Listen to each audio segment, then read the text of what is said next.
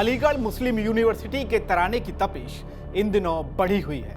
सभी की नजरें दिल्ली के राष्ट्रपति भवन पर गड़ी हुई हैं। किसे मिलेगी कुलपति की कुर्सी, इससे लेकर कुलपति पैनल में शामिल तीनों उम्मीदवारों के समर्थक अपना अपना गुणा गणित लगा रहे हैं। अब चर्चाओं की तेज है चाल। ऐसे में उठ रहा है एक सवाल कि क्या इतिहास बदलेगी मोदी सरकार? क्या एएमयू को मिलेगी महिला चांसलर इस बार? नमस्कार, मैं हूं साजिद अली और आप देख रहे हैं TV9। अलीगढ़ मुस्लिम यूनिवर्सिटी को जल्द ही एक नया कुलपति मिलने वाला है। वहीं अलीगढ़ मुस्लिम विश्वविद्यालय के 103 साल के इतिहास में अभी तक कोई महिला कुलपति नहीं बनी है। हालांकि साल 1920 में भोपाल की बेगम सुल्तान जहां एएमयू की पहली चांसलर थी, लेकिन जब मोमडन एग्लो ओरिएंटल कॉलेज को तत्कालीन विधान परिषद के जरिए एक अधिनियम के द्वारा पूर्ण केंद्रीय विश्वविद्यालय में अपग्रेड किया गया था। हालांकि अब एएमयू को महिला वाइस चांसलर मिलने की उम्मीद जागी है, लेकिन इसमें भी अभी कई पेच बाकी हैं।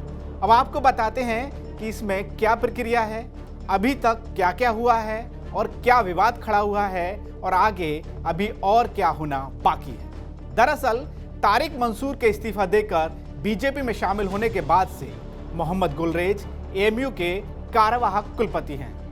बीते समय से पूर्णकालिक कुलपति की मांग उठ रही थी।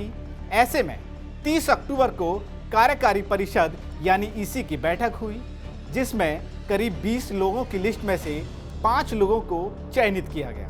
कुलपति मोहम्मद गुलरेज की पत्नी प्रोफेसर नईमा खातून, जामिया मिलिया इस्लामिया दिल्ली की प्रोफेसर नुसरत परवीन खान के अलावा professor Faizan Mustafa, professor Qayyum Hussain, professor Furqan Qamar और प्रोफेसर एएमयू रब्बानी को भी वीसी के पैनल में शामिल किया गया। हालांकि इसमें गुलरेज की पत्नी नईमा खातून के नाम को लेकर विवाद छिड़ गया है। एएमयू में विवाद बढ़ा तो एएमयू के प्रवक्ता उमर पीरजादा ने कहा कि मोहम्मद गुलरेज कुलपति पद के लिए उम्मीदवार नहीं थे, इसलिए उनकी अध्यक्षता में बैठक कर सकते हैं।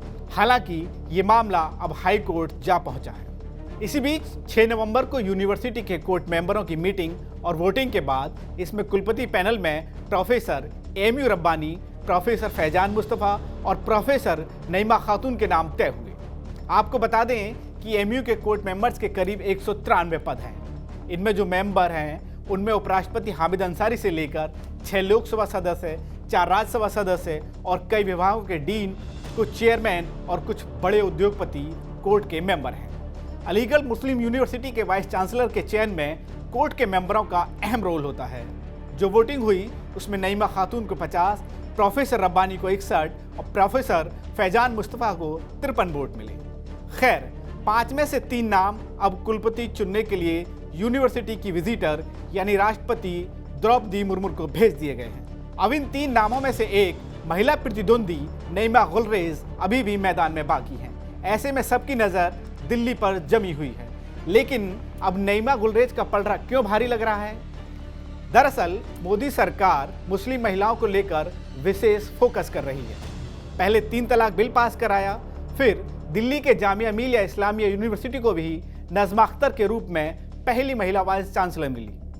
उसी तर्ज पर एएमयू को महिला कुलपति मिलने की संभावनाएं बढ़ गई हैं। हाल ही में महिला आरक्षण बिल पास कराकर भी मोदी सरकार ने महिलाओं के लिए इस मुहिम को जारी रखा है। अब आपको बताते हैं कि नए कुलपति के सामने चुनौतियां क्या होंगी। नए कुलपति के सामने तमाम चुनौतियां होंगी, क्योंकि छात्र संघ चुनाव की मांग को लेकर छात्रों का एक गुट लंबे अरसे से बाब सैयद पर धरना दे रहा है। वहीं 1500 से ज़्यादा अस्थायी कर्मचारियों का मुद्दा भी यूनिवर्सिटी में गर्म है। डेली वेज वाले कर्मचारियों का सेवा विस्तार, स्कूलों में परमानेंट टीचर्स की नियुक्ति के अलावा यूनिवर्सिटी में शिक्षा के स्तर को और बेहतर करने जैसी चुनौतियां भी नए कुलपति के सामने होंगी। उम्मीद करते हैं कि एएमयू को जो भी कुलपति मिलेगा वो यूनिवर्सिटी के हक में बेहतर काम करेगा। लेकिन सवाल अभी भी यही है कि क्या 103 साल बाद एएमयू में नया इतिहास बनेगा?